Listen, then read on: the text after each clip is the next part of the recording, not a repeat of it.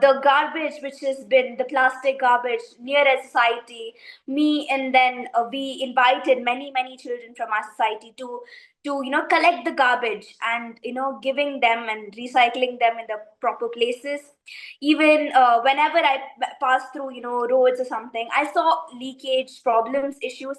So I reported it to the panchayati officers, made them fix, and so that no water is wasted, because water conservation is also very important. Water is one of the main resource of our life. So doing those things, and in front of a school there were the garbage dumping was happening. So as young generations, we are supposed to live in a clean and healthy environment, and that's not what we have to teach for the younger generations.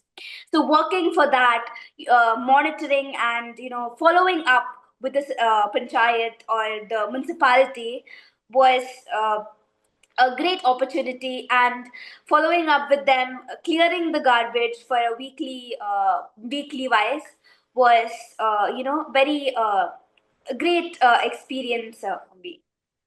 The authorities, like we are open to everyone, so we can speak to anyone here. So the panchayat is like very close nearby. So if it's very a very major issue going on, so I just went to them and just spoke about the issue, and they understood that it is very important, especially when a child saying all of this.